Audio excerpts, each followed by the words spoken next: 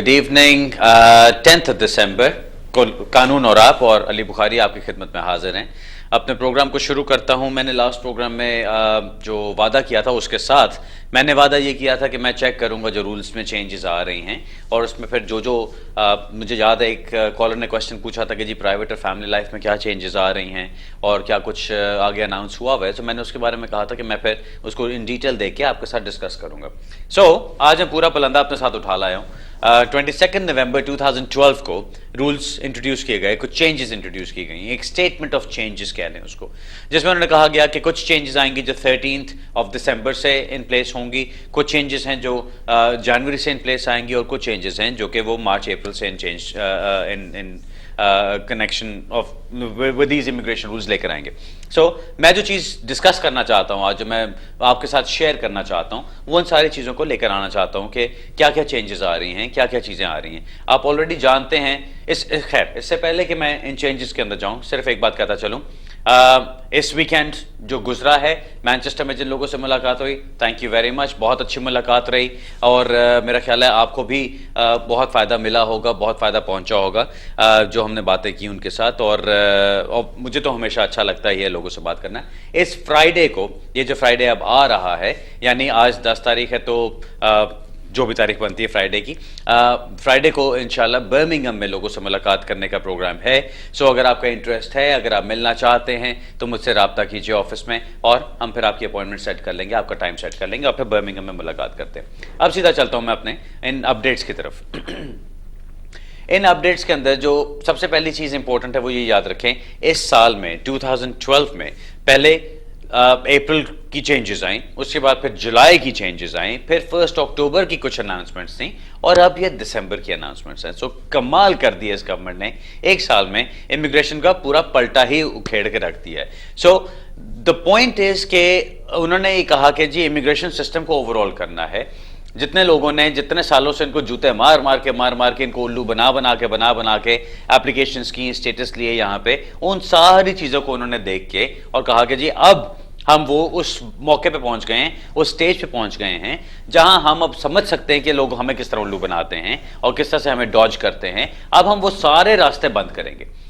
Students के रास्ते बंद किए गए, उसके अलावा जो मल्टीपल एप्लीकेशंस के रास्ते थे वो बंद किए गए, जो फेक शादियों के रास्ते थे वो बंद किए गए। ये सारा कुछ इसलिए किया जा रहा है कि ये एक रिस्पॉन्स है होम ऑफिस की तरफ से, यूकेबीए की तरफ से, उन लोगों की वजह से जिन लोगों ने बहुत ज्यादा उल्लू बनाया। होता यह है कि लोग एक चीज के पीछे पड़ जाते हैं, कोई गलत काम हो रहा होता है उसके पीछे पड़ जाते हैं और हर कोई फिर वही चीज करने की कोशिश कर रहा होता है, जिसकी वजह से अब उनको पता चल जाता है और वो अब उसके ऊपर एक्शन लेते हैं। अब हम जिन सिचुएशंस में पहुंचे हुए हैं, जो फैमिली के रूल्स में उन्होंने चेंजेस लेकर आए, जो उन्होंने स्पाउस वीजास में चेंजेस लेकर आए, आर्टिकल 8 के अंदर जो चेंजेस लेकर आए, वो सब उसी का हिस्सा है। अब जो चीजें आ रही हैं, जो नई चीजें आ रही हैं, उसके अंदर एक थोड़ा सा ट्रेंड अब डिफरेंट है। वो ये, और यकीन माने या ना माने, बिलीव इट और नॉट, मुझे ये वाली चेंजेस थोड़ी सी बेहतर लग रही हैं कंपेयर टू जो इससे पहले आती रही हैं। क्यों? इन चेंजेस के अंदर उन्होंने थोड़ा सा कॉमन सेंस को इस्तेमाल किया है। उन्होंने थोड़ा सा देखा है कि हाँ, जहां पे वाकई बहुत ज्यादा ज्यादती हो रही है वहां हम थोड़ा सा हाथ हल्का कर दें। वो चेंजेस उन्होंने उसके मुताबिक की हैं। अभी जो एग्जांपल्स आएंगे मैं आपको बताऊंगा उनके बारे में, और जो जो चीजें वो कर रहे हैं इस वक्त, कोई बहुत बड़ी स्वीपिंग चेंजेस नहीं है, एक दो चीजें हैं जिनसे कि बहुत फर्क पड़ेगा लोगों को। अब वो भी जो एक सबसे बड़ी चीज है जो उन्होंने कहा है कि जी स्टूडेंट्स यहाँ से स्विच नहीं कर सकते इनटू टीयर 4 से स्विच नहीं कर सकते इनटू टीयर 1। वो इसलिए, जो एंटरप्रेन्योर वाली एप्लीकेशंस हैं, वो इसलिए कि उनको नजर आ रहा था कि लोग बेतहाशा एप्लीकेशंस डाल रहे हैं जहां पे वो फंड्स दिखा रहे हैं कि उनके पास अवेलेबल हैं और एक लेटर कह रहा है कि डिस्पोजेबल भी हैं उनके लिए, लेकिन जब उनको वीजे मिल जाते हैं तो वो फंड्स भी गायब हो गए, कुछ भी नहीं हो रहा और सिर्फ उनको वीजे लग गए। अब मैं जो उन लोगों से बात करना चाहता हूं जिनसे मैं कुछ पिछले महीनों से बात करता आ रहा हूं और अपने शो पे भी उसका जिक्र करता आ रहा हूं बार बार, कि प्लीज लोगों को बहुत सारे पैसे मत दें सिर्फ और सिर्फ एक एप्लीकेशन करने के लिए कि जी आपको सिर्फ ऑन पेपर वीजा मिल जाएगा। 2 लाख पाउंड भी आपके पास नहीं होंगे, आपका बिजनेस भी एस्टैब्लिश नहीं किया जाएगा, कुछ भी नहीं किया जाएगा। सिर्फ वीजा लेने के लिए आप किसी को पैसे देते हैं और वो आपको वीजा लगवा देता है, उसका कोई फायदा नहीं है। ये सब कुछ उसी लाइन में जा रहा है। अब अगर आपने किसी को 8-10 हज़ार पाउंड दे के और एक गलत काम भी किया, आपने वीज़ा भी लगवा लिया उसके ऊपर, और कल को आप उस पर काम भी नहीं कर सकते, आप कहीं ट्रैवल भी नहीं कर सकते, तो उसका क्या फ़ायदा? आपने सिर्फ और सिर्फ अपने आप को और एक मुश्किल सिचुएशन में डाल दिया, और कुछ भी नहीं। अब जो मैं जिन बातों का जिक्र करने जा रहा हूं, इनके अंदर वो सारी चेंजेस भी आती हैं, और फिर हम एक एक करके उनका जिक्र करते हैं। सबसे पहले जो मैं चीज़ एक डिस्कस करना चाहता हूं यहां पे जो टीयर 1 के ऊपर उन्होंने पॉइंट्स बेस में चेंजेस की हैं।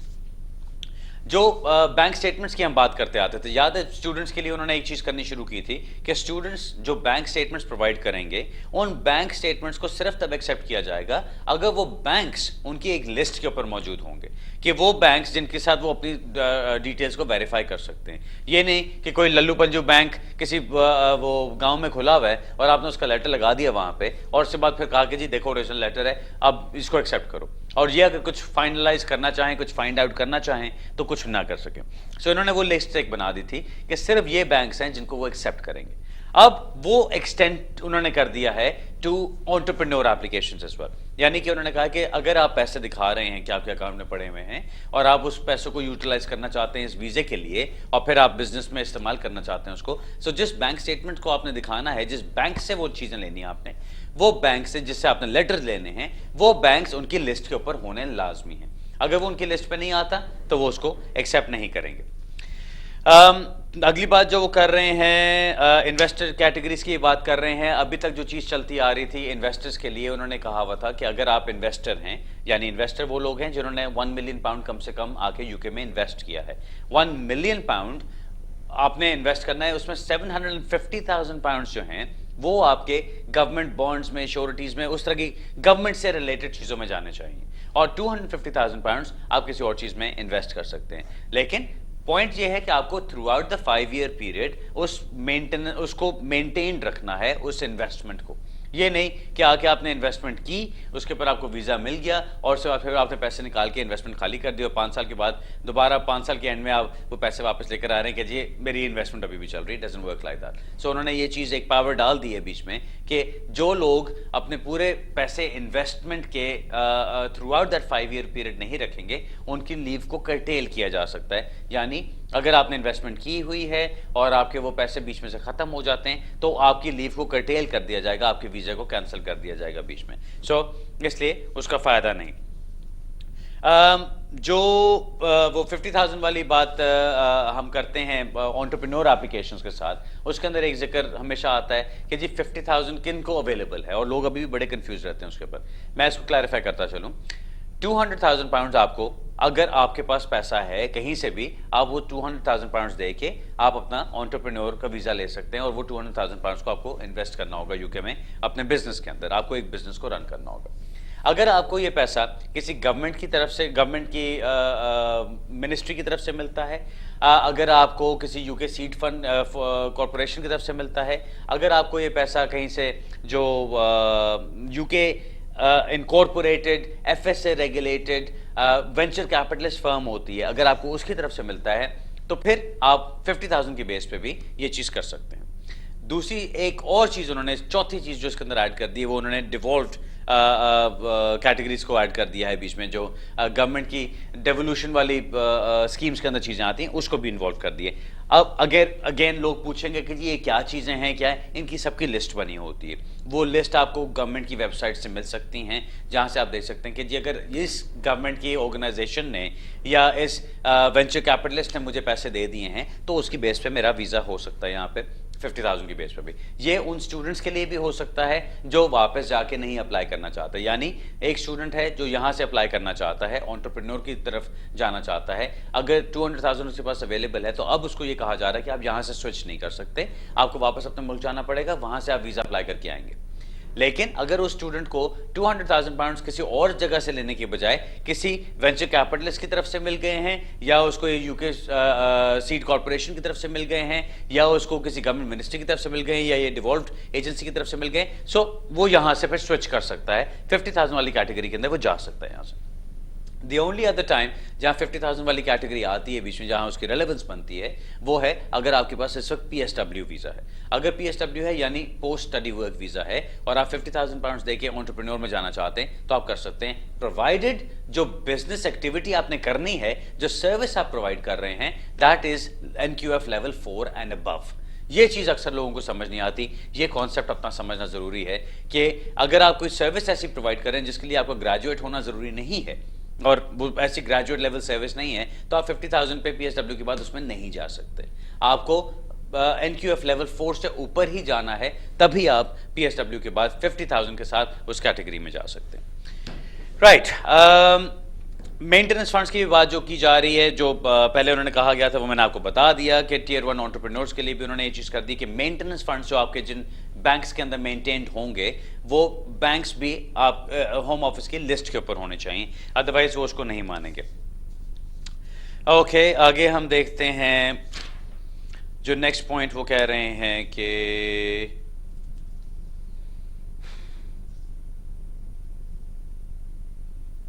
एक्सेलरेटेड रूट्स की बात मैं पहले कर चुका हूं। एक्सेलरेटेड रूट्स के अंदर क्या आता है कि जो टियर 1 एंटरप्रेन्योर की कैटेगरी के अंदर आते हैं लोग, वो अगर 3 साल के बाद अप्लाई करना चाहते हैं इंडेफिनिट लीव के लिए तो वो कर सकते हैं, प्रोवाइडेड उनका टोटल टर्नओवर 5 मिलियन से ऊपर हो या उन्होंने 10 नई जॉब्स क्रिएट कर दी हैं। इसका जिक्र यहाँ पे सिर्फ इसलिए आ रहा है क्योंकि जो वो मेंटेनेंस का जिक्र कर रहे हैं, जब भी आपने मेंटेनेंस की बात करनी तो वो कहते हैं कि जी आपके जो बैंक्स हैं वो बैंक हमारी लिस्ट के ऊपर होना चाहिए, अदरवाइज हम उसको एक्सेप्ट नहीं करेंगे। टियर 2 के अंदर, टियर 2 यानी जो वर्क परमिट वाली स्कीम है, उसके अंदर उन्होंने कूलिंग ऑफ पीरियड के अंदर चेंजेस कर दिए हैं। कूलिंग ऑफ पीरियड का मतलब ये होता है कि आप यहाँ पे एक टाइम तक रहे, उसके बाद आपको एक टाइम पीरियड के लिए बाहर जाना पड़ेगा अगर आप दोबारा आके काम करना चाहते हैं यहाँ पे, अदरवाइज वो आपको अलाउ नहीं करेंगे। अब वो बाहर जाने से क्या होता है, आपकी जो कंटिन्यूटी होती है वो ब्रेक कर जाती है। सो 12 मंथ्स का उन्होंने वो टाइम पीरियड डाला हुआ था कि अगर आप यहाँ पे एक वर्क परमिट पे हो फिर आप दूसरे पे जाना चाहते हैं, आपका टाइम पूरा नहीं होता तो आपको ये कूलिंग ऑफ पीरियड से गुजरना पड़ेगा। हर एक के लिए अप्लाई नहीं होता। अब उन्होंने खासतौर पे कहा है कि जो लोग 1.5 लाख पाउंड से ज़्यादा कमा रहे हैं उनके लिए वो पीरियड 5 ईयर्स से बढ़ा के 9 ईयर्स कर दिया गया है कि उसके बाद उनको वो कूलिंग ऑफ पीरियड के लिए जाना पड़ेगा। अभी भी ये याद रखें कि जो 9 ईयर्स का टाइम पीरियड किया गया है वो किस लिए है, क्योंकि अगर कोई बंदा 10 साल लीगली गुजार लेता है यहाँ पे तो उसको इमिग्रेशन रूल 276 के अंदर इंडेफिनिट लीव मिल सकती है। ये उस 9 ईयर्स पे जाके उसको रोक रहे हैं ताकि उसका 10 साल कंप्लीट ना हो। सो एक इंटेंशन बिल्कुल सामने क्लियर एक एक्सप्रेस टर्म्स के अंदर आ चुकी है कि वो ये नहीं चाहते कि लोग यहाँ पर टेम्पररी वीज़ास के ऊपर आएँ और उसके बाद आके यहाँ पे परमानेंट सेटलमेंट इख्तियार करें। सो ये कॉन्सेप्ट आप भी अपने दिमाग में बिठा लीजिए कि जिस रूट में भी आपने जाना है अपना ये देखिए कि आपका एम क्या है। अगर तो आपने सिर्फ ये सोच के आना है कि जी मैं पक्का होऊंगा तभी रहना यहाँ पे, तो फिर अब बहुत अच्छी सिचुएशन नहीं है। लेकिन अगर आप ये कहते हैं कि जी मेरे पास काम करने की इजाज़त हो, मुझे यहाँ पे रहने की इजाज़त हो, मुझे ट्रैवल करने की इजाज़त हो, and even that is enough, then that's fine. उसके अंदर अभी और भी बहुत सारे रूट्स हैं, लेकिन सिर्फ इंडेफिनिट लीव के ऊपर या सिर्फ ब्रिटिश नेशनलिटी के ऊपर जोर डालना बंद करें। सैलरी थ्रेशोल्ड मैं पहले भी जिक्र कर चुका हूं कि उन्होंने बढ़ा दिया हुआ है। वो कहते हैं कि जी आपकी कम से कम सैलरी 35,000 पाउंड होनी चाहिए फ्रॉम 2016 ऑनवर्ड्स कि अगर आपने अप्लाई करना है फॉर इंडेफिनिट लीव। ये अगेन वर्क परमिट वालों के लिए टियर 2 कैटेगरी के लिए आता है। टियर 4 के अंदर यानी स्टूडेंट्स के लिए क्या चीज़ की जा रही है, अब उन्होंने कहा है कि जी एक तो सॉरी मुझे सारा कुछ इसलिए देखना पड़ रहा है क्योंकि इतनी सारी छोटी छोटी चेंजेस आ रही हैं। ये बड़ी चेंजेस नहीं है, ये छोटी छोटी सारी चेंजेस हैं जिसके अंदर पे हमें देख के चलना है कि किस तरह से वो लोगों को अफेक्ट करती हैं। जो सेल्फ एम्प्लॉयमेंट वाले स्टूडेंट्स हैं उनको खैर वो तो उसी तरह चलता रहेगा। अब उन्होंने कहा है कि जो स्टूडेंट्स टियर 4 पर आ रहे हैं उनको अभी मना है कि वो सेल्फ एम्प्लॉयड नहीं हो सकते। अब वो ये कह रहे हैं कि जो tier 1 entrepreneur graduate entrepreneur category के अंदर जाना चाहते हैं, हर एक के लिए नहीं, जो स्टूडेंट्स हैं अभी टियर 4 पे चलते आ रहे हैं वो अगर वो ग्रेजुएट एंटरप्रेन्योर के अंदर स्विच करना चाहते हैं, ग्रेजुएट एंटरप्रेन्योर याद रखें कि ये वो वाली कैटेगरी है जहां आपकी कॉलेज या आपकी यूनिवर्सिटी की तरफ से सर्टिफाई किया जाता है, आपको स्पॉन्सर किया जाता है कि ये स्टूडेंट इतना ज़बरदस्त है, इतना शाहकार है कि इसको यहाँ पे एंटरप्रेन्योर में जाने दिया जाए। वहां पे ये चीज़ अप्लाई होती है कि जितनी देर आपकी एप्लीकेशन डिसाइड नहीं होती आपको सेल्फ एम्प्लॉयड काम करना भी अलाउड होगा। सो एज ए स्टूडेंट अगर आप एप्लीकेशन करते हैं स्विच करने के लिए, तो section 3C of the 1971 act कहता है कि आपका वही स्टेटस कंटिन्यूड रहेगा जब तक आपकी एप्लीकेशन डिसाइड नहीं हो जाती। अब अगर आप एप्लीकेशन करके सेल्फ एम्प्लॉयड बनना चाहते हैं, लेकिन आप इंतजार कर रहे हैं कि जी एप्लीकेशन का फैसला, और एप्लीकेशन में वो 6-8 महीने लगा देते हैं, तो वो तो टाइम आपका वेस्ट हो रहा है ना। तो यहाँ पे थोड़ी सी उन्होंने कॉमन सेंस इस्तेमाल किया और उन्होंने कहा है कि हाँ, उस ग्रेजुएट एंटरप्रेन्योर की एप्लीकेशन के लिए इस बंदे को स्टेटस मिलना चाहिए, इजाजत होनी चाहिए कि वो सेल्फ एम्प्लॉयड काम कर सके। सो उसके लिए उन्होंने वो सेल्फ एम्प्लॉयड की बात कर दी है। ओके, नेक्स्ट पॉइंट, टीयर 5 के ऊपर काफ़ी चेंजेस हैं, कोई काफ़ी चेंजेस ऐसी नहीं कि मैं आपके साथ यहाँ पे डिस्कस करूँ, कोई इतनी बड़ी बड़ी बातें नहीं हैं, लेकिन जो इम्पोर्टेंट चीज़ है जिसके ऊपर मैं आना चाहता हूँ अब, वो आपकी फैमिली लाइफ और उन चीज़ों के ऊपर आना चाहता हूँ। एक और चीज़ जो उन्होंने कही है, जो टीयर 2 वालों के लिए अप्लाई होती है इंडेफिनिट लीव के लिए, सेटलमेंट के लिए, खास तौर पे टीयर 2 वालों के लिए। इसलिए मैं कहता हूं क्योंकि वर्क परमिट्स पे अक्सर लोग होते हैं यहाँ पे। अभी जो रिक्वायरमेंट उन्होंने डाली हुई है वो ये है कि अगर आपने एक साल में 180 डेज से ज़्यादा यूके से बाहर गुजारे तो आपका वो कंटिन्यूटी ब्रेक हो जाती है, वो आपको एक्सेप्ट नहीं करेंगे। अब उन्होंने क्लैरिफिकेशन ये अगेन कॉमन सेंस इस्तेमाल करते हुए कर दी है कि बहुत सारे लोग ऐसे होते हैं जिनको किसी काम की वजह से जाना पड़ता है, अपने बिजनेस की वजह से जाना पड़ता है। अब अगर वो निकले हुए हैं अपने बिजनेस की वजह से, अपने काम की वजह से, और आपके पास एविडेंस मौजूद है, तो आप उस चीज़ को इस्तेमाल कर सकते हैं। अब ये ऐसी चीज़ है कि जो हम सालों साल से करते आ रहे हैं अपनी एप्लीकेशंस में। क्लाइंट आता है, परेशान है कि जी मुझे नहीं पता, मेरा इतना टाइम गुजर गया बाहर, मुझे कंपनी ने भेजा हुआ था, मुझे 8 महीने बाहर रहना पड़ा। अब क्लाइंट आके परेशान बैठा है। अब हम लोग उस पर आर्ग्यू करते थे कि जी काम की वजह से गया हुआ था, तो उस पर आउटसाइड इमिग्रेशन रूल्स वो आपको स्टेटस दे देते थे। अब वही कह रहे हैं कि जी हम उसको इमिग्रेशन रूल्स का हिस्सा बना देंगे ताकि ज़्यादा क्लियर हो जाए आपके लिए कि आप अगर 180 डेज से ज़्यादा भी बाहर रहते हैं, प्रोवाइडेड आप उसकी जस्टिफिकेशन दे सकें कि आप अपने काम के लिए बाहर गए हुए थे, तो टीयर 2 के अंदर आपको ये एप्लीकेशन में प्रॉब्लम नहीं होगी। ये टीयर 5 के अंदर भी वो अप्लाई कर रहे हैं। पूरी लिस्ट दी हुई है यहाँ पे कि कौन कौन से लोगों के लिए ये चीज़ अप्लाई होती है। So up to a maximum of 180 days in any 12 calendar months, जो अभी रूल चल रहा था उसको उन्होंने बढ़ा दिया वहाँ पे। राइट जी, अब हम आते हैं उसके ऊपर फैमिली प्रोविजंस की तरफ, और यहाँ मुझे इसको पढ़ के बड़ी खुशी हुई कि एक कॉमन सेंस अप्रोच भी इस्तेमाल की गई, और दूसरी ये चीज़ कि मेरी अपनी कॉमन सेंस भी अभी तक काम कर रही है। क्योंकि मैंने ये कहा था जब इन रूल्स को इंट्रोड्यूस किया गया था 9 जुलाई वाले रूल्स को, उसमें एक चीज़ कही गई थी कि अगर एक बच्चा यहाँ पे 7 साल गुजार लेता है तो उसको स्टेटस मिल जाएगा यहाँ पे, उसको या उसको एलिजिबिलिटी बनती है कि उसको स्टेटस मिल जाए। अब मुझे बेतहाशा कॉल्स आती थी दफ्तर के अंदर भी, क्लाइंट्स भी आके पूछते थे, बल्कि यहाँ पे मेरा ख्याल है हमारे शो में भी लोगों ने सवाल पूछे कि जी कुछ वकील कह रहे हैं कि माँ बाप को स्टेटस नहीं मिलेगा, सिर्फ बच्चे को स्टेटस मिलेगा। और मैं उस वक्त भी ये चीज़ कहता था कि ये अकल इस चीज़ को मानती नहीं है कि अगर बच्चे को उन्होंने स्टेटस दे दिया तो एक बच्चा जो 18 साल से कम उम्र का है, जिसको आप ये कह रहे हैं हाँ इसको यहां से निकालना है, इसके साथ ज्यादती होगी, इसके ह्यूमन राइट्स के खिलाफ होगा, इसको यहां पे रहने दिया जाए, आप उसके माँ बाप को कैसे निकाल सकते हैं ये कह के कि उनका स्टेटस नहीं बनता? अगर इसका बना और इसने 7 साल से ज्यादा गुजार लिए तो पेरेंट को भी स्टेटस देना बनता है। अब उसको वो इमिग्रेशन रूल्स का हिस्सा बना रहे हैं। उन्होंने क्लैरिफाई कर दिया उसको कि जो लोग, जो माँ बाप ऐसे बच्चों के साथ यहाँ पे रह रहे हैं जिनको 7 साल से ज्यादा का टाइम गुजर गया है, उनको यहाँ से निकाला नहीं जाएगा अगर बच्चे को स्टेटस दे दिया जाता है। अब वो लोग भी हैं जिनके बच्चे अभी 7 साल उन्होंने नहीं गुजारे हैं, वो 18 साल से कम हैं, अगर वो 18 साल की उम्र तक पहुंचते हैं और तब तक 7 साल गुजर गए उनके, तो फिर भी माँ बाप को स्टेटस मिल जाएगा यहाँ पे। अच्छा, जो और चीज़ें की इसमें डाली गई हैं, खैर बच्चों की तो मैंने जिक्र कर दिया, जो बच्चों का 7 साल का आ रहा है। 5 और 10 ईयर्स की जो रूट टू सेटलमेंट है उसका एक डिफ्रेंसिएशन याद रखें। 5 ईयर्स की रूट तब है अगर आप इमिग्रेशन रूल्स के तमाम चीज़ों को सेटिस्फाई कर देते हैं, तो फिर आपको 5 ईयर्स की सेटलमेंट रूट पर डाला जाता है। यानी पहले 2.5 साल की लीव मिलेगी, फिर 2.5 साल की लीव मिलेगी, और उसके बाद आप 5 साल के बाद इंडेफिनिट लीव के लिए अप्लाई कर सकते हैं। दूसरी रूट वो है जहां पे हम ह्यूमन राइट्स पे गिर जाते हैं और हम कहते हैं कि जी रूल्स में तो हमारा पूरा केस नहीं बनता, लेकिन हम फिर भी केस को आर्ग्यू करना चाहते हैं, तो फिर उसके अंदर हम 10 ईयर्स वाले रूट पे चले जाते हैं। क्या 2.5 साल की लीव मिलेगी, फिर उसको आपको 4 दफा एक्सटेंशन मिलेंगी या 3 और एक्सटेंशन मिलेगी, जो आपको 10 ईयर्स तक ले जाएंगी और फिर 10 ईयर्स पे जाके आपको पैराग्राफ 276 के तहत यानी लॉन्ग रेजिडेंस की बेस पे जो 10 ईयर्स लीगली आपने गुजारे उसकी बेस पे आपको यहाँ पे स्टेटस मिलेगा, नॉट ऑन द बेसिस कि आपकी फैमिली लाइफ ऐसी है, ये है वो है। फैमिली लाइफ वगैरह के ऊपर उन्होंने इंडेफिनेटली लीव देना ही बंद कर दी है। सो ये चीज मेरे को क्लियर कर लें अपने दिमाग में कि जो 10 साल के बाद भी आपको जो स्टेटस मिलेगा वो इस बेस पे नहीं मिल रहा कि आपकी फैमिली लाइफ है या ये वो, आपको वो सिर्फ इस बेस पे मिल रहा है कि 10 साल कंटिन्यूअसली आपने लीगली गुजारे। इसलिए उस रूल का ख्याल रखना बहुत जरूरी है जो ये कहता है कि अगर आपके 28 दिन से ज्यादा कहीं पे गैप आता है उस 10 साल में, चाहे आपने 9.5 साल गुजारे और फिर आपका 28 दिन का गैप आ गया, तो आपका 10 साल फिर जीरो से शुरू हो जाएंगे, आपको नए सिरे से दोबारा वो 2.5 साल की लीव अप्लाई करनी पड़ेगी। So not a good idea कि आप कहीं पे भी उस चीज को करें।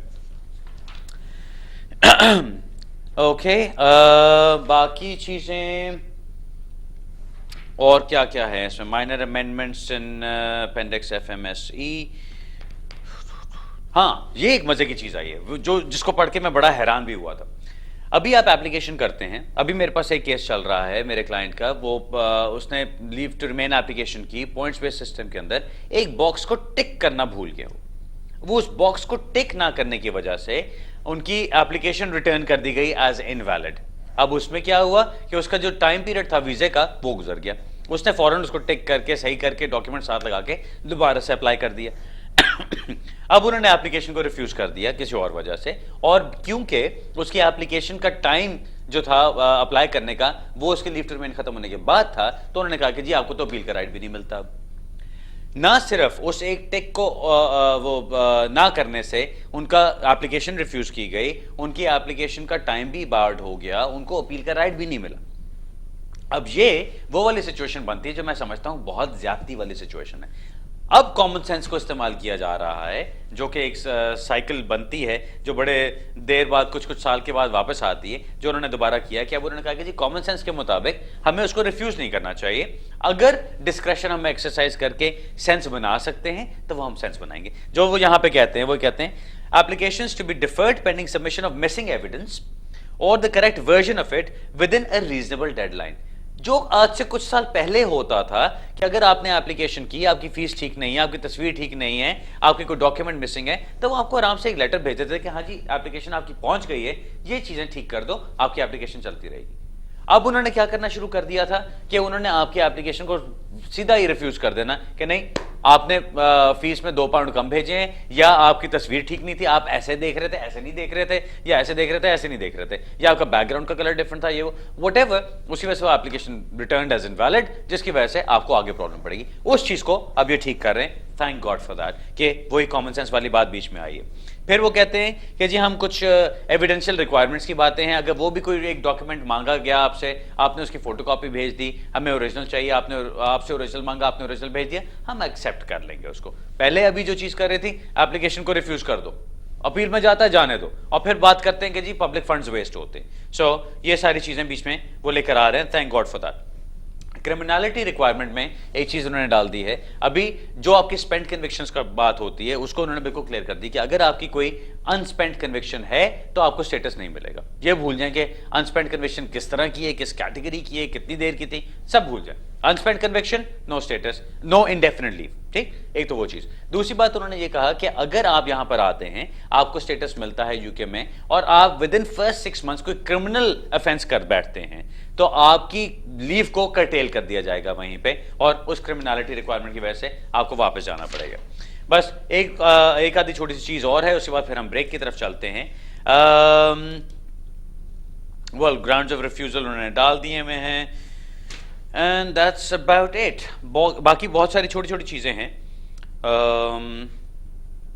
फ्लेक्सिबिलिटी की बात मैंने कर ली है, बाकी I think that is all. हाँ, कैम्ब्रिज के कोर्स को उन्होंने ऐड कर दिया है to the English language test. हाँ, एक चीज और जो इंपॉर्टेंट उन्होंने ऐड की है वो ये है, which is again a good thing, वो उन्होंने कहा है कि जो लोग एंटरप्रेन्योर वीज़ा पे आना चाहते हैं, अभी उनकी रिक्वायरमेंट उन्होंने C1 रखी हुई थी, उसको उन्होंने डिक्रीज कर दिया। और उनको ये समझ आई है कि बिजनेसमैन हमेशा बहुत पढ़ा लिखा नहीं होता, उसकी इंग्लिश लैंग्वेज वो एडवांस लेवल की नहीं होगी, बेसिक लेवल की होनी चाहिए। सो उन्होंने बेसिक लेवल पे उसको वापस कर दिया। सो अगर आप बेसिक लेवल की इंग्लिश बोलते हैं और या वो टेस्ट पास कर सकते हैं तो उसकी बेस पे आपको एंटरप्रेन्योर वीज़ा मिल जाएगा। अब आपको C1 नहीं करना पड़ेगा, जो कि हम अगेन बड़ी देर से शोर मचा रहे थे कि बिल्कुल गलत है और इसको हटना चाहिए।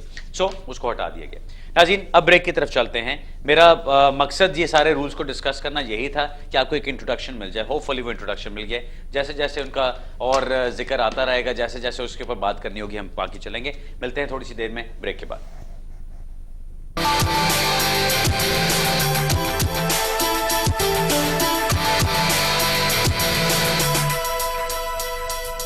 Communication 2000 ਹੁਣ ਜੁੜੇ ਰਹੋ ਸਾਡੇ ਨਾਲ। ਇੰਡੀਆ ਵਾਸਤੇ 2 pence per minute ਡਾਇਲ ਕਰੋ 084497800027। ਪਾਕਿस्तान वास्ते 10 pence per minute डायल करो 084497800027। Communication 2000। ਕੋਈ ਕਹਿੰਦਾ ਚੰਨ ਤੋਂ ਪੁੱਛ, ਕੋਈ ਕਹਿੰਦਾ ਤਾਰਿਆਂ ਤੋਂ ਪੁੱਛ, ਕਿਉਂ ਨਾ ਮੈਂ ਪੁੱਛਾਂ ਆਪਣੇ ਸਿਤਾਰਿਆਂ ਨੂੰ, ਇਹਨਾਂ ਦਾ ਹਾਲ ਚਾਲ, ਇਹਨਾਂ ਦੀ ਕਹਾਣੀ, ਇਹਨਾਂ ਦੀ ਹੀ ਜ਼ੁਬਾਨ। ਸਭ ਤੋਂ ਪਹਿਲਾਂ ਤਾਂ ਉਹਨੇ ਮੈਨੂੰ ਕਨਫਿਊਜ਼ ਕਰਤਾ ਕਿ ਤੂੰ ਐਕਟਿੰਗ ਕਰਨਾ ਹੈ ਤਾਂ ਫਿਰ ਤੂੰ ਡਾਇਰੈਕਸ਼ਨ ਪ੍ਰੋਡਕਸ਼ਨ 'ਚ ਕਿਉਂ ਆਣਾ ਚਾਹੁੰਦਾ। ਤੂੰ ਸੀੜੀ ਮਾਰ ਕੇ ਬਲਾਣੋਂ ਹਟ ਜਾ ਵੇ, ਮੈਨੂੰ ਰੋਜ਼ ਦੱਸ ਤੋਣੋਂ ਹਟ ਜਾ। ਜਿਹੜਾ ਵੀ 뮤직 ਦਾ ਸ਼ੌਕੀਨ ਹੈ, ਜਿਹਨੇ ਥੋੜਾ ਬਹੁਤ ਨਾਂ ਸੁਣਿਆ ਜਗਜੀਤ ਸਿੰਘ ਦਾ, ਉਹ ਆ ਜਾਂਦਾ। शीशा हो या दिल हो आखिर टूट जाता है। मैं तेरे पिछे बन जावा ओ खुदाई, मैं तेरे उत्ते मर जावा ओ खुदाई। अपने सितारे on Venus TV channel 805।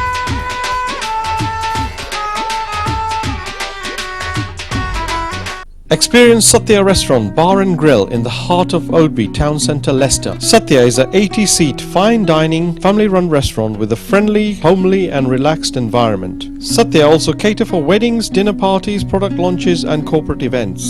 Come and enjoy our special lunchtime buffet. Satya offer the very best in traditional Punjabi, South Indian and Indo-Chinese cuisine. Satya Restaurant Bar and Grill, 39 The Parade, Oadby, Leicester. नर्म लजीज गुलाब जामुन, गर्म कुरकुरे समोसे, घनी मलाईदार रसमलाई, खस्ता जलेबियाँ, जालीदार ढोकला, जन्नती जायके की खालिस लज्जत। पूजा स्वीट्स एंड सेवरीज विजिट करें pujasweets.com।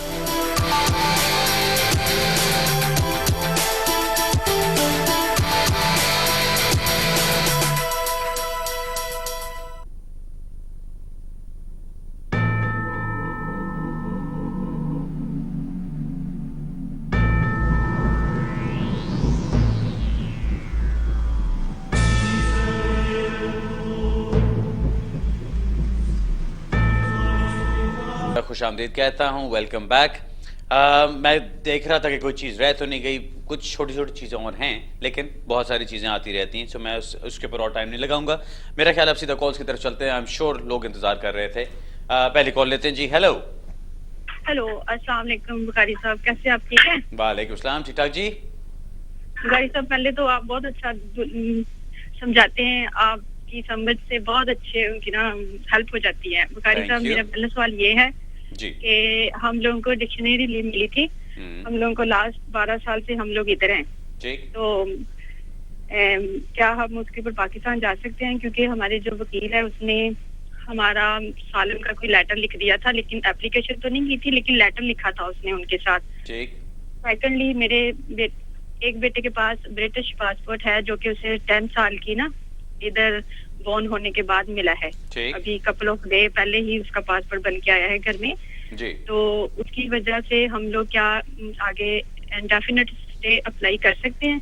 अगले यानी कि जब हमारी होगी 6 माह के बाद होनी है अपडेट।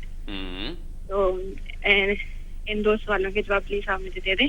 जी, आपको टीवी के ऊपर सुनती हूँ, ठीक है? ओके ओके जी, आप सुनिए। जो पहला आपका सवाल है कि आपको डिस्क्रिशनरी लीव मिली है, जो मेरी अंडरस्टैंडिंग है कि अगर आपको 3 साल की डिस्क्रिशनरी लीव मिली है, 12 साल रहने के बाद आपने एप्लीकेशन की, आपके आर्टिकल 8 राइट्स को माना गया होगा, उसके बाद जाके आपको मिली होगी।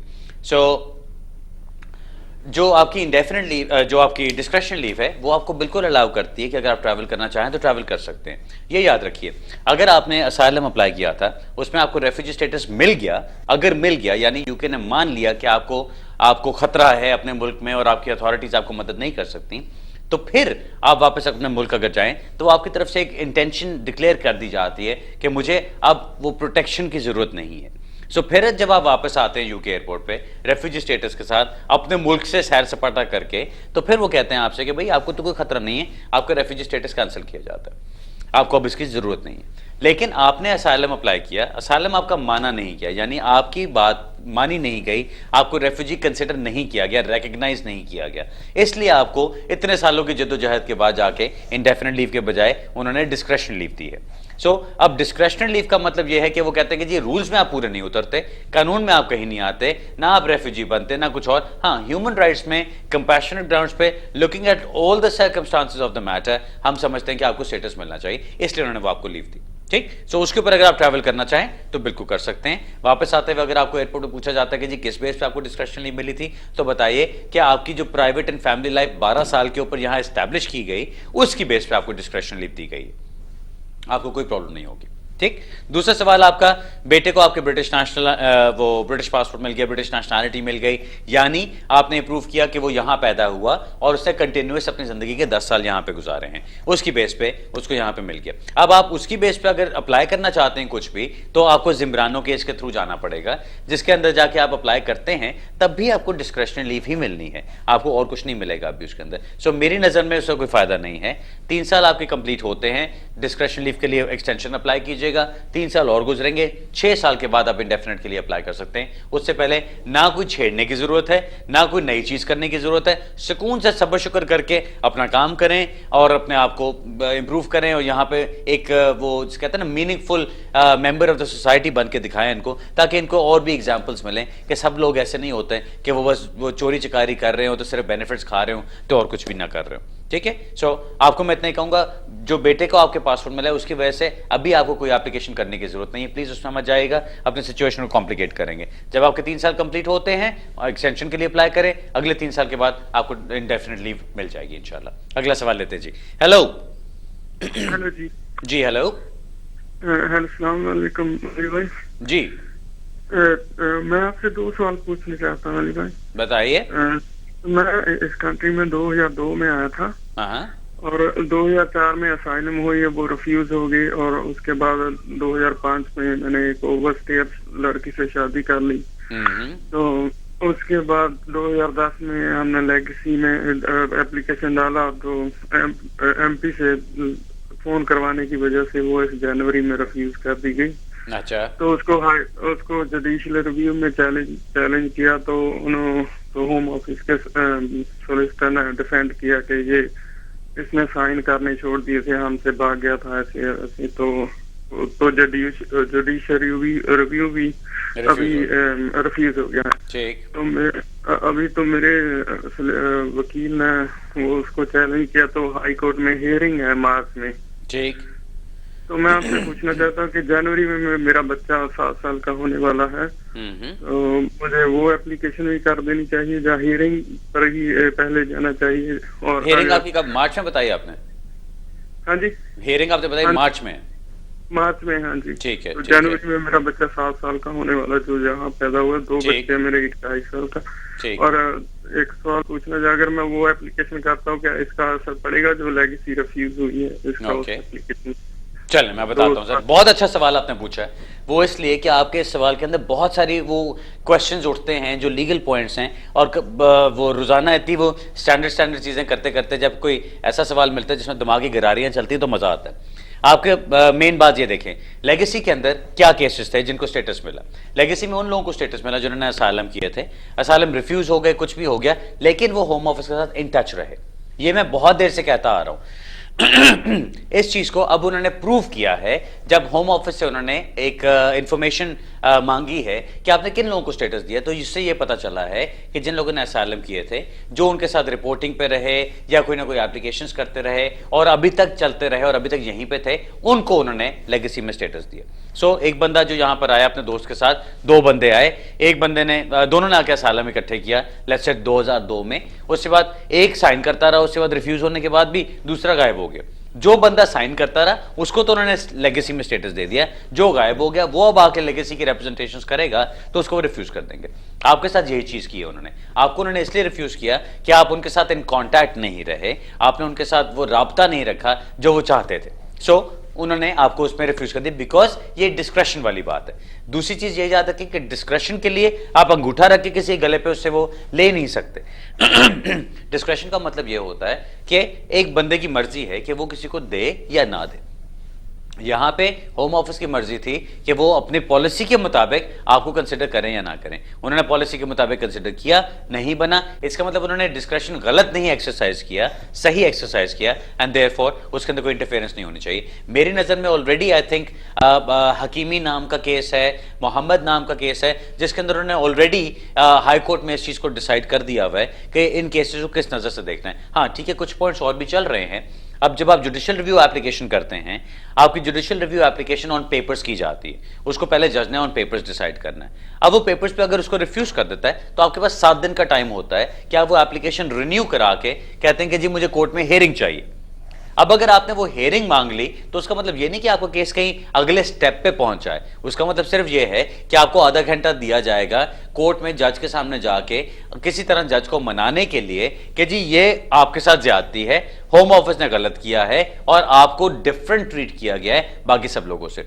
मुझे फ्रैंकली मैं आपको सही बताऊं तो मुझे इसके अंदर थोड़ी वीकनेस नजर आती, मुझे नहीं लगता कि ये आपका बड़ा स्ट्रॉन्ग पॉइंट बनता है। बट इन एनी केस ये आपका जाके मार्च में है आपकी जो हियरिंग है। पर्सनली अगर आप मेरे क्लाइंट होते तो शायद मैं आपको कहता कि मुझे इसमें कोई खास चांस नजर नहीं आता, स्पेशली जब आपके बच्चों को यहाँ पे, आपके बच्चे को 7 साल होने वाले हैं। आप इतने लंबे अरसे से आए हुए हैं यहाँ पे, आपके आर्टिकल 8 के, आपके ह्यूमन राइट्स के बेसिस पे आपको स्टेटस मिल सकता है। अपने बच्चे की बेस पे अप्लाई कीजिए, जब उसको 7 साल कंप्लीट हो जाते हैं और आप इमिग्रेशन रूल्स के तहत अप्लाई कर सकते हैं। अगर आप वो चीज़ करते हैं और वो एप्लीकेशन आपकी चल रही होती है और आप हेयरिंग पे भी चले जाते हैं अपनी जुडिशियल रिव्यू की, उससे कोई फर्क नहीं पड़ता। जुडिशियल रिव्यू याद रखिए जो आपका हो रहा है वो आपकी किसी लीव टू रिमेन एप्लीकेशन के ऊपर नहीं हो रहा। लीव टू रिमेन एप्लीकेशन वो होती है जिसमें आप होम ऑफिस की फीस जमा कराते हैं उनको साथ, या जो यूरोपियन केस वर्क के अंदर आती है आपकी लीव टू रिमेन के लिए। यहां पे आपकी जो जुडिशियल रिव्यू की एप्लीकेशन चल रही है वो इस बेस पे चल रही है कि आपने लेगेसी की रिप्रेजेंटेशंस की थी, आपने रिक्वेस्ट किया था कि आपकी केस को लेगेसी में कंसिडर किया जाए, जो उन्होंने नहीं कंसिडर किया, इसलिए आप उसको वहां पे लेके चल रहे हैं। वो आपकी लीव टू रिमेन एप्लीकेशन नहीं है। लीव टू रिमेन एप्लीकेशन आपकी जब बच्चे के 7 साल हो जाते हैं तब अप्लाई कीजिएगा। FLR फॉर्म के ऊपर आप कर सकते हैं उसको। Obviously I would not suggest कि आप खुद करें, बिकॉज अनलेस आप बहुत अच्छी तरह कानून को समझते हैं, खुद अपना ऑपरेशन करने का कोई फायदा नहीं है। सो मेरी नजर में यही है कि किसी प्रॉपर वकील के पास जाके अपनी सही तरह से एप्लीकेशन कराएं। आपके बच्चे के केस को सही तरह प्रेजेंट करना है। एक मौका आपके पास होता है जब आपने केस को सही तरह प्रेजेंट कर दिया। अगर आपने सही एविडेंस ना लगाया, सही अपनी आर्ग्यूमेंट्स ना लगाई, केस आपका रिफ्यूज हो गया तो लंबा खाता पड़ जाएगा, फिर आपको लंबी लंबी चीजें करनी पड़ेंगी। क्या फायदा? अगर एक दफा सही किए, एक शॉट मारे, सॉलिड मारे, लेकिन ये नहीं कि जी वो थोड़ी थोड़ी करके इंफॉर्मेशन देनी, एकदम सारी इंफॉर्मेशन प्रॉपर जानी चाहिए, प्रॉपर स्ट्रक्चर के साथ जानी चाहिए। मेरा मशवरा आपको नई एप्लीकेशन भी करें जनवरी में जब आपके 7 साल कंप्लीट होते हैं, और उसके बाद अपने जुडिशियल रिव्यू को भी जारी रखना है तो वो भी जारी रखें। लेकिन मुझे यही लगता है कि आपको जो 7 साल वाला बच्चे वाला मैटर है, आपको स्टेटस उसी में मिलेगा, आपको 2.5 साल की लीव मिलेगी और फिर आप वो आगे से उसको कंटिन्यू कर सकते हैं। Okay, best of luck sir. अगला सवाल लेते हैं जी। हेलो अस्सलाम वालेकुम। वालेकुम सलाम। मुझे आपसे एक सवाल करना है। मुझे सब डिफरेंट आंसर दे रहे हैं, इसलिए मैं थोड़ी सी कंफ्यूज हूँ। मेरा Tier 1 एक्सटेंशन का वीजा है। मुझे डिप्लोमा पे पॉइंट्स मिले थे, कोर्ट से अपील में गए थे और कोर्ट ने अपील ग्रांट की थी। तो अब जब मैं एक्सटेंशन के लिए भेज रही हूँ तो क्या मुझे दोबारा पॉइंट्स मिलेंगे वही डिप्लोमा पे या नहीं मिलेंगे? और मुझे एक बात और पूछनी है जी। अगर हम किसी कॉलेज में एडमिशन लेते हैं हाईली ट्रस्टेड में और पूरा साल पढ़ाई कर दें, डिसर्टेशन जमा करा दें और कॉलेज हमको रिजल्ट ना दे जी, तो हम कॉलेज के अगेंस्ट किसको कंप्लेन कर सकते हैं? और अगर सॉलिसिटर करना चाहें तो ये इमिग्रेशन सॉलिसिटर्स जो इनको करना है या कोई और सॉलिसिटर कोई कर सकते हैं? ओके, चलो मैं बताता हूँ जी। पहला पॉइंट जो आपका है कि जी आपको पहले जो पॉइंट्स मिले थे वो आपको डिप्लोमा पे मिले थे, तो क्या आपके अभी भी वही पॉइंट्स चलेंगे कि नहीं? ये याद रखें कि जो लॉ जनरली कहता है वो ये कि जिस टाइम पे आपने अप्लाई किया उस टाइम पे जो लॉ आपके ऊपर अप्लाई होता था थ्रू आउट आपके ऊपर वही चीज अप्लीकेबल रहनी चाहिए। सो अगर उस वक्त डिप्लोमाज वर एक्सेप्टेबल, आपको डिप्लोमा के पॉइंट्स मिले, आपके एजुकेशनल क्वालिफिकेशन के जो पॉइंट्स उस वक्त मिले थे वही पॉइंट्स आपके अभी एक्सटेंशन के वक्त भी चलने चाहिए। So there should not be an issue there. Hopefully आपको जब आप अपनी एक्सटेंशन अप्लाई करेंगी उसके लिए आप वही चीजें डालेंगी तो you should not have a problem. आप इसको कंफर्म करना चाहें तो जो पॉइंट्स पे वो कैलकुलेटर सिस्टम पॉइंट्स का कैलकुलेटर है उसके ऊपर भी जाके आप कर सकते हैं, या आप होम ऑफिस से भी पता कर सकते हैं। Hopefully this will not be an issue. जो आपका दूसरा पॉइंट है कि कॉलेज में आपने पूरी साल पढ़ाई की, आपने सारा कुछ सही तरह से किया, डिसर्टेशन जमा करा, ये किया वो किया, whatever you needed to do आपने वो किया, और आखिर में कॉलेज आपको डिग्री नहीं देता, तो आप उनके खिलाफ क्या कर सकते हैं, सोलिसिटर कर सकते हैं कि नहीं। ये चीज याद रखिए कि पहले आपको ये समझना है कि वो कौन से एरिया में आता है। आप उसको ये नहीं कह सकते कि वो कोई इमिग्रेशन से रिलेटेड है, बिकॉज कॉलेज का इमिग्रेशन के स्टेटस के साथ कोई ताल्लुक नहीं है। आप ये नहीं कह सकते कि जी वो क्रिमिनल ऑफेंस है, बिकॉज कोई क्रिमिनलिटी उसमें शो नहीं हो रही। ये एक सिविल मैटर बनता है। सिविल मैटर्स के अंदर क्या होता है, आपका कॉन्ट्रैक्ट था कॉलेज के साथ, आपने कॉन्ट्रैक्ट ये किया मैं आपको इतने पैसे देती हूं, आपने मुझे एजुकेशनल सर्विसेज प्रोवाइड करनी है, and part of that educational services के उसके आखिर में जाके मुझे डिप्लोमा या मेरा डिग्री या जो कुछ भी मुझे मिलना चाहिए वो मिलेगा। नाउ अगर आपने उनको पैसे पूरे अपने दिए और वो अपनी सर्विसेज पूरी तरह से आपको प्रोवाइड नहीं करते, यानी आखिर में जाके आपको वो क्वालिफिकेशन नहीं मिलती, this could be a civil dispute. आप उनको कोर्ट में लेके जा सकते हैं, जो कि काउंटी कोर्ट में जाके आपका क्लेम चलेगा।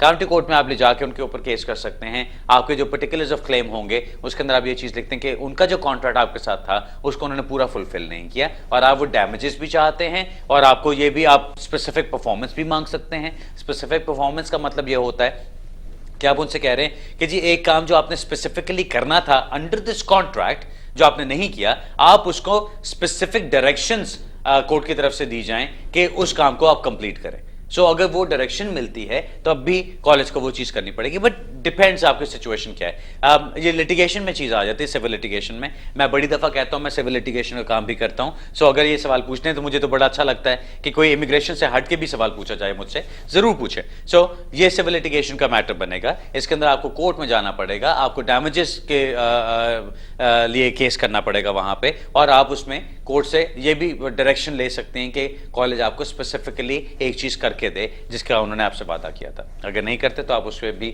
उनको चैलेंज कर सकते हैं। ऑलराइट जी, बेस्ट ऑफ लक। अगला सवाल लेते हैं जी। हेलो हेलो जी जी हेलो जी बुखारी साहब, कैसे, ठीक हो? खैरियत जी।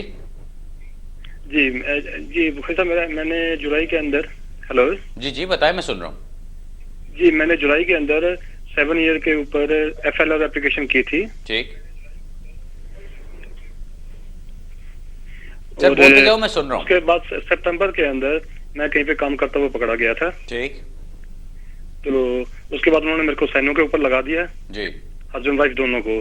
ठीक, तो उसके बाद रेगुलर हम साइन के ऊपर जा रहे हैं।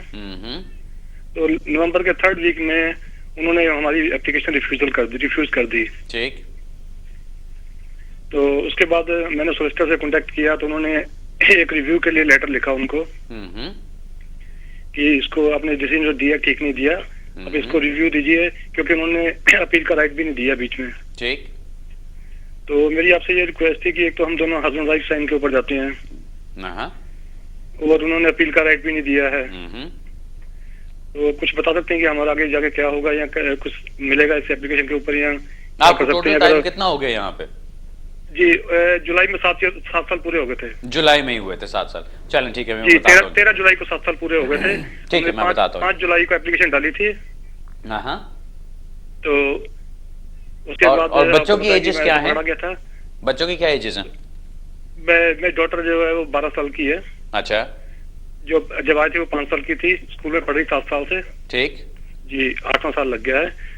तो अब हमारे को यही फिक्र है कि कैसे होगा कि कहीं हम साइन पे करने जाएं तो हमारे को वहीं पे बिठा ना लें वो, या अगर हमारे को अपील का राइट नहीं देते तो हम आगे क्या कर सकते हैं? सर मुझे ये बताओ कि उन्होंने जो अभी आपको रिफ्यूज किया है, उस रिफ्यूजल लेटर में उन्होंने क्या लिखा है कि जी हम 7 साल की वो जो नए इमिग्रेशन रूल्स में आता है पैराग्राफ 276 ADE को अप्लाई करते हैं, लेकिन आपके बच्चे को 7 साल होने के बावजूद हम स्टेटस नहीं दे रहे, ये कहा है जी उन्होंने कुछ? हाँ जी, उन्होंने बेतुके से चले मैं बताता हूं जी।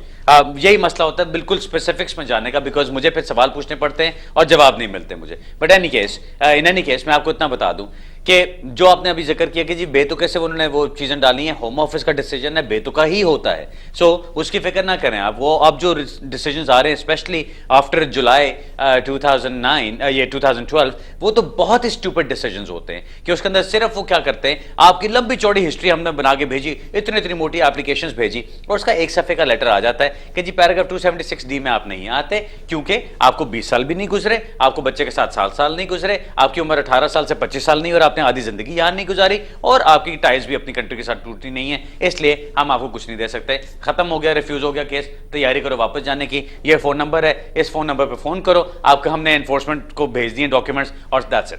ये उनका एक बेतुका सा लेटर आता है, बिल्कुल सही लफ्ज इस्तेमाल किया आपने उसके लिए। जो पॉइंट है इसके अंदर वो ये कि आपकी बच्ची जब यहां पर आई थी तो वो 5 साल की थी, अब वो 12 साल की होगी, उसने 7 साल यहां गुजारे हैं। इमिग्रेशन रूल्स के तहत अंडर पैराग्राफ 276ADE उनको उसको कंसिडर करना पड़ेगा। सो अगर उन्होंने कंसिडर नहीं किया तो that is wrong in itself. अब अगर बात आती है कि जी उन्होंने अपील का राइट नहीं आपको दिया, वो इसलिए नहीं दिया कि वो कहते हैं कि जी आपके पास स्टेटस नहीं था जब आपने अप्लाई किया, क्योंकि स्टेटस नहीं था सो इसलिए आपको एप्लीकेशन रिफ्यूज करके हम अपील का राइट भी नहीं देंगे। आपके वकील ने रिव्यू की एप्लीकेशन डाली या रिकंसिडरेशन हम उसको कहते हैं, मैं उसको पर्सनली रिकंसिडरेशन कह के अप्लाई करता हूं और उसके अंदर मेरा भी यही मकसद होता है कि हम उनको कहें कि जी आपने जो फैसला किया वो बिल्कुल गलत किया है, दिस इज नॉट करेक्ट, इसको दोबारा से देखो और दोबारा इसके ऊपर फैसला करो। अगर नहीं मानते तो मैं उसको 3 मंथ्स के अंदर, अब आपने बताया कि नवंबर में उन्होंने आपको रिफ्यूज किया, अब फॉर एग्जांपल 6 नवंबर को अगर आपको उन्होंने रिफ्यूज किया, 6 नवंबर से 6 दिसंबर 1 महीना, 6 जनवरी, 6 फरवरी, 6 फरवरी तक 3 महीने का टाइम है आपके पास उसको जुडिशियल रिव्यू में लेके जाने का। ऐसी की तैसी करें होम ऑफिस की, इसको जुडिशियल रिव्यू में लेके जाएं। पहले प्री एक्शन प्रोटोकॉल लेटर भेजें उनको, वो प्री एक्शन प्रोटोकॉल के लिए 21 दिन का टाइम दें उनको। अगर वो 21 दिन के अंदर मान जाते हैं तो ठीक है, अदरवाइज उनको 7 दिन का और टाइम दें कि जी 7 दिन के अंदर अगर मुझे आपने जवाब दे दिया प्रॉपर तो ठीक है, अदरवाइज विदाउट फर्दर नोटिस मैं हाईकोर्ट जा रहा हूं। और फिर अगर वो 7 दिन में जवाब नहीं देते तो 8वें दिन हाईकोर्ट में एप्लीकेशन कर दें जुडिशियल रिव्यू की। वहां पे ये होगा कि होम ऑफिस को ट्रेजरी सोलिसिटर्स के थ्रू अपना जवाब देना होता है, एक्नॉलेजमेंट ऑफ सर्विस फाइल करनी होती है और डिफेंस फाइल करना होता है। वो वहां पे अक्सर जाके देख लेते हैं उसको कि हाँ ये तो कुछ गड़बड़ है, ये हमने बोंगी मारी है बहुत बड़ी, तो वो वहां पे फिर केस को वापस ले लेते हैं। ये सब कुछ करने के लिए मैं आपको ये नहीं कहूंगा कि खुद करो सारा कुछ, मैं ये कहूंगा कि अपने वकील के थ्रू चलें। आई एम श्योर आपका वकील बहुत अच्छा होगा जो उसको सही तरह से हैंडल करेगा, सो कोई इशू नहीं होना चाहिए। लेकिन अगर वो उसको सही तरह हैंडल नहीं करता, आपको कोई शक रहता है तो अपना वकील चेंज कर लें फिर, क्योंकि अगर आपको अपने वकील पे फुल कॉन्फिडेंस है कि वो इसको हैंडल कर सकता है सही तरह से तो फिर तो बहुत अच्छी बात है। वरना ऑफ कोर्स अब मेरे पास भी आना चाहें तो जरूर आइए, मैं इसको हैंडल करूंगा, बड़ी खुशी से हैंडल करूंगा, मजा आता है ऐसे केसेस का। सिर्फ एक बात जो मैं आपको कहना चाहता हूं जो इंपॉर्टेंट है, जो बाकी सुनने वालों को भी फायदा देगी इसके अंदर, 7 साल की पॉलिसी, 7 साल का जो उन्होंने अब ये डाला है बीच में, वो ये नहीं कहता कि अगर 7 साल आपके गुजर गए यहाँ पे बच्चों को तो वो 100% आपको स्टेटस मिलेगा, नहीं। 7 साल का मतलब ये कि उनकी एलिजिबिलिटी बनती है, यानी उनको कंसिडर किया जा सकता है। लेकिन अगर एक बच्ची 5 साल की थी जब यहां पर आई, उसने अपने होश के 7 साल यहां पे गुजारे हैं, वो तो बड़े स्ट्रॉन्ग फैक्टर्स बनते हैं। अब वो 7 साल जो उसने गुजारे, उसकी फोटोग्राफ्स लगाएं, उसका हुलिया कितना चेंज हो गया, उसकी लैंग्वेज चेंज हो गई, उसके ड्रेसअप का सेंस, उसके फ्रेंड्स, उसके एक सोशल कॉन्टैक्ट्स, उसकी हर चीज, उसके मैनरिज्म्स, हर चीज चेंज हो गया होगा इस टाइम में। वो सब कुछ हमने दिखा के उसके बेस पे आर्ग्यू करना है, और फिर आर्ग्यू ये करना है या तो स्टेटस दो, अपना डिसीजन विड्रॉ करो, 3 महीने के अंदर अंदर स्टेटस दो, अदरवाइज अगर स्टेटस नहीं देते हम पूरा जुडिशियल रिव्यू फाइट करेंगे इसके ऊपर और फिर हम इसको आगे देखते हैं कि आप क्या करते हो। अगर वो आपको स्टेटस देते हैं तो ठीक है, अगर स्टेटस नहीं देते तो उनसे कहो राइट ऑफ अपील दें, रिमूवल डायरेक्शंस दें आपको। रिमूवल डायरेक्शंस मिलने के बाद हम फौरन आपके लिए अपील के लिए अप्लाई कर सकते हैं कि आपको राइट ऑफ अपील मिलना चाहिए, क्योंकि आपने ह्यूमन राइट्स की एप्लीकेशन की थी, उस पर आपको राइट ऑफ अपील मिलता है। मुझे नहीं लगता कि कोई भी अक्लमंद जज बैठ के जो बच्ची को देखेगा कि उसने 5 साल की उम्र से लेके 12 साल तक की उम्र यहां पे गुजारी है, कोई भी अक्लमंद जज उसको रिफ्यूज करेगा इस चीज के ऊपर। I don't think so. So I would say case को बहुत डेलिकेटली लेके चलना है, लेकिन प्रॉपर्ली लेके चलना है, सॉलिड लेके चलना है। सो अपने वकील को चेक कर लें, ठोक बजा के देखें ठीक बंदा है, अगर ठीक है तो ठीक है, अदरवाइज वकील चेंज कर लें। ऑलराइट जी, अगला सवाल लेते हैं। हेलो हेलो जी, वालेकुम सलाम। अली भाई, मेरा जो है असाइलम क्लेम किया था 2006 में यहाँ, फिर उन्होंने रिफ्यूज करके फिर मैं लेगेसी में जो है अपील किया था, वो भी रिफ्यूज करके 3 महीने मुझे टाइम दिया था। तो अभी 3 महीने तो चला गया, मैंने कोर्ट में अपील ही नहीं किया। अभी मैं क्या कर सकता हूँ? बड़ा मुश्किल सवाल है आपका, वो इसलिए कि आपने मुझे कुछ नहीं बताया और आपने कह दी कि मैं आप क्या कर सकता हूं। जो मुझे देखना है वो 3 महीने का, मुझे कुछ समझ नहीं आया कि आपने क्या कहा है। अगर उन्होंने आपसे कहा था कि जी 3 महीने के अंदर वो आपको डिसीजन देंगे, क्या क्या कहा था? 3 महीने वाली क्या बात है बीच में? हेलो, चले गए मेरा ख्याल है भाई। आई एम सो सॉरी, लेकिन मुझे आपका सवाल ही पूरा समझ नहीं आ रहा। आपने बताया कि आपने 2006 में असाइलम किया, आपको रिफ्यूज कर दिया गया, फिर आपने लेगेसी की एप्लीकेशन डाली, वो लेगेसी में भी उन्होंने आपको रिफ्यूज कर दिया, फिर कुछ आपने 3 महीने का जिक्र किया और वो 3 महीने भी गुजर गए। या तो ये है कि आप जिक्र कर रहे हैं कि 3 महीने का जुडिशियल रिव्यू का टाइम होता है, वो गुजर गया और आपने जुडिशियल रिव्यू नहीं किया। अब आप क्या कर सकते हैं? मेरी नजर में यह है कि अगर आप 2006 से यहां पर आए हुए हैं, आपको कम से कम 12 साल गुजर गए हैं, आपकी कोई ना कोई प्राइवेट लाइफ बनती है। अगर आप अपनी एप्लीकेशन करते हैं होम ऑफिस को, खाली बैठने का तो कोई फायदा नहीं, अपनी ह्यूमन राइट्स की एप्लीकेशन करते हैं, तब भी उन्होंने कहा है कि जी 1 अक्टूबर के बाद जो अप्लाई करेगा, जो ओवरस्टे हो चुका है 28 दिन से ज्यादा, उसको हम रिफ्यूज कर देंगे। चलो रिफ्यूज करते हैं। अगर रिफ्यूज करते हैं, उसका आप जुडिशियल रिव्यू में जा सकते हो, उसको आप अगर अपील का राइट मिल गया तो उसमें जा सकते हो, या आप उनको फोर्स कर सकते हो कि आपको रिमूवल डायरेक्शन सर्व की जाए ताकि आपको अपील का राइट मिले। कहीं ना कहीं उसको लड़ने वाले तो बनोगे ना।